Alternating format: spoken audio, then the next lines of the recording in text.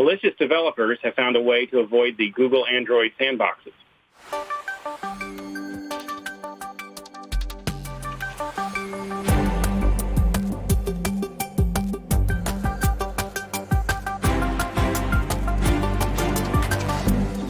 So, John, you bring us another story about a Google Play app gone rogue, I guess, or it was always rogue.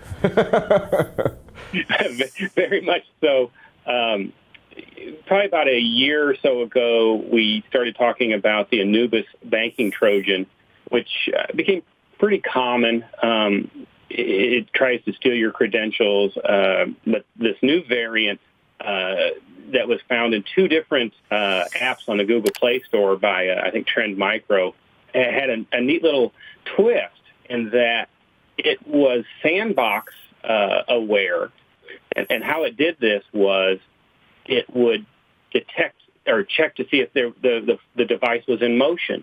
And the thought there was that a sandbox, most of those environments have limited resources to the actual device and connectivity there. So if it detected the motion, that means it's not in one of those quarantines. And so it was actually operational. So was it looking at the accelerometer or something to figure out if there was motion? Is that the idea? Interesting.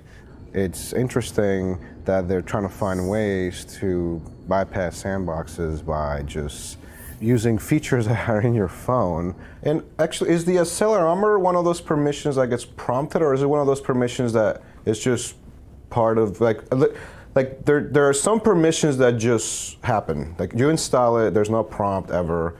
But I don't know if the accelerometer is one of those that gets like, oh, are you sure you want to? I never seen it. That's why I'm curious about that. I don't know. From what I recall, some of those permissions, like accelerometer, are buried in other permissions. Right. So, like you give it a permission for, use the phone, or whatever, or use your location, and that ties to, and I think that's how it is. If it ties to the location, it's going to be able to get the accelerometer. Right. How were they I think it was a battery app, right? Like, how are they getting the people to download it, I guess? Well, Anubis is primarily a banking Trojan, so the two apps here was one called Currency Converter, and the other one was actually a battery saver. So it's not really necessarily a banking one, but it's kind of tricky. And the thing to think about that worries me is that a lot of these apps, even though they're off the Google Play Store, there's a lot of third-party app stores that still. Yeah. Right. I was looking at some other rogue Android apps on the Google Play Store sometime last year. It was another case I was working in.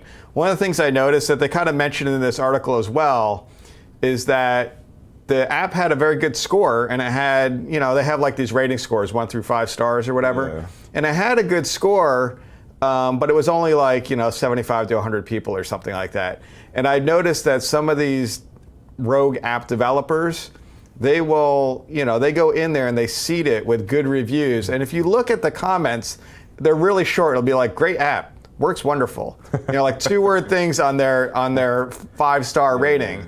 So what I noticed when I did my analysis on a different incident was that there was almost an equal number of bad or good reviews, 5 stars, as 1-star reviews, bad ones. And when you look at all the 1 stars, it'll be like people saying, those are the real people saying, this is bogus, this is not a real app, didn't work as designed, blah, blah, blah.